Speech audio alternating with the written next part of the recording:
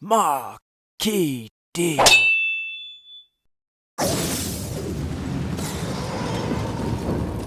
Oh yeah, I love me some TNA tag team wrestling. It was the highlight of the company for years when the main event was often filled up with washed up wasters. While this was going on, the tag division was flourishing with exciting homegrown talents and legends who all worked together to make the division as fondly remembered as it is today. So here are the 8 best tag teams in TNA history. Also, don't forget to watch my last video on 6 awful gimmicks in TNA and subscribe yourself.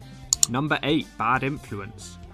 Bad Influence with a team of Frankie Kazarian and Christopher Daniels. It's a downright disgrace that this team only held the tag belts twice. Every week they were hilarious on the mic and kicked ass in the ring. They were like a new age Edge and Christian with their promo style, just messing around being themselves and often doing impressions of other tag teams. At the time they would refer to themselves as the greatest tag team in the world. Later they changed this to Bad Influence and then changed it again in ROH to The Addiction.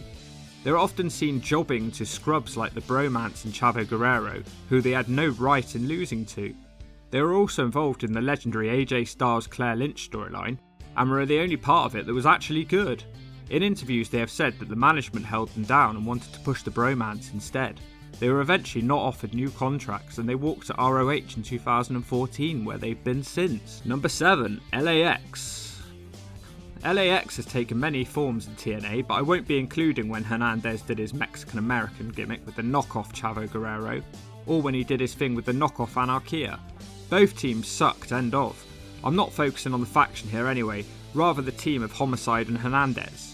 LAX did a Latin American gimmick and said that the Americans were holding them down and they were damn believable in this role.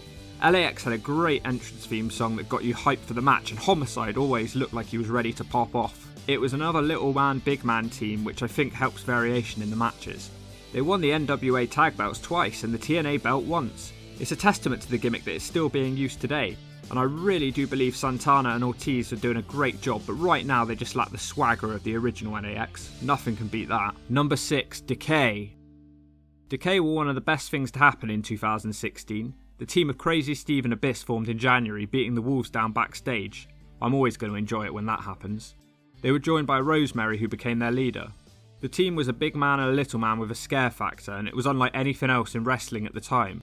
Also, thanks to Baldy Pumpkin, they were able to obtain the rights to Marilyn Manson's song The Nobodies.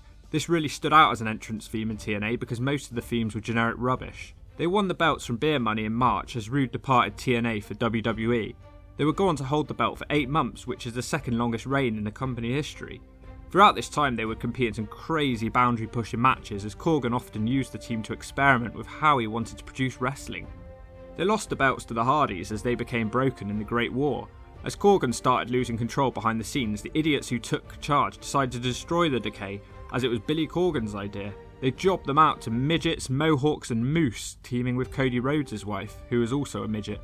This was the team that finally made Abyss interesting again, and it introduced us to Crazy Steve and Rosemary, who are both entertaining. Bring back the Decay is what I say. Number 5, the Broken Hardees. What's not been said about this gimmick? It was a crazy original idea and it was a lot of fun. It spawned so many memes and helped make the Hardy Boys run in TNA different to their WWE run. It made Matt Hardy the focal point of the team for the first time. The gimmick introduced Vanguard 1, King Maxwell, the Lake of Reincarnation, the Dilapidated Boat and Senor Benjamin, and that's just to name a few. And that might all sound like a bunch of rubbish on paper, but it was damn good. They always fought in post-produced matches as Billy Corgan was let loose, and WWE tried to copy what TNA was doing. They were the same old Hardys in the ring, but their mannerisms and humour made it something totally new. They won the belts twice and were entertaining throughout their run. For more Broken Hardys, click the card here for their whole story. Number 4, Team 3D. Brother Ray and Devon, the Dudley Boyz, the Dudleys, whatever you want to call them, a legendary team with a career spanning ECW, WWE and TNA. They were in TNA for 11 years, which is more than any other company. I actually consider them to be more TNA than any other company. Comment down below what you think you enjoyed most, which run was the best that they had. They also had great feuds with Beer Money, Motor City Machine Guns and LAX. Their skill and experience helped elevate the other teams around them and helped bring in viewers to TNA. It was great for viewers like myself who were looking familiar faces when TNA moved on to Spike TV and had a bigger audience. They both had single runs, with Bubba being more successful, and then they went on to team again in the Aces and Eights with Wes Briscoe and Garrett Bischoff. Okay, the less said about that part of their run, the better. They always had exciting hardcore matches and I looked out for their matches wherever they went. I love me some Team 3D. Number 3, America's Most Wanted. They had an excellent match with Triple X, which also featured the Elix Skipper Cage Walk, and they also deserve a mention on this list. Managed by Gail Kim, AMW played a tag team that was easy to dislike. I ranked Storm's later team with Beer Money a bit better, as it felt like they were on the edge of being main eventers at the time and it was intriguing watching them progress. Chris Harris is of course remembered for his bad spell as Brandon Walker in WWE, but let's not remember him for that. He should be remembered for his run in America's Most Wanted because he was legit. The dudes eventually split up when Storm decked Harris over the head with a beer bottle. Perhaps a sign of things to come, eh Storm? Number 2, Motor City Machine Guns. Chris Sabin and Alex Shelley, the Motor City Machine Guns. I'm generally shocked that these two never made it to the WWE as a team. They're both arrogant and accomplished X Division stars on their own before coming together. They only won the tag belts once, and it often felt like they were being held back.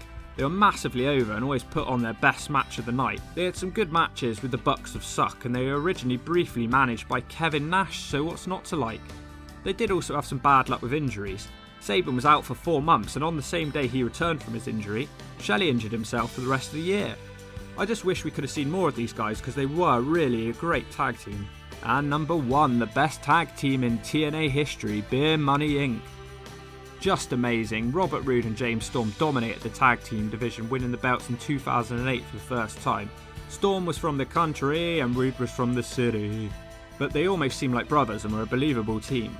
At the start they were managed by Jacqueline, who stuck around because she had been managing Storm before this happened. They didn't take themselves too seriously and they could beat you down in the ring whilst messing around. Storm would ride the Boozer Cruiser to the ring and they always used the Beer Money Suplex, which always got a great reaction from the crowd. I remember watching TNA live in Bournemouth one year and Beer Money were cheered all the way out the building. At the time they were the best thing in the company. They're known for having an amazing best of 5 series with the Motor City Machine Guns at a time when tag team wrestling felt like a focal point for TNA. Beer Money Inc. won the tag belts 5 times together. Roode eventually betrayed Storm in pursuit of the world title by bashing Storm over the head with a beer bottle. Guess that taught Storm a lesson.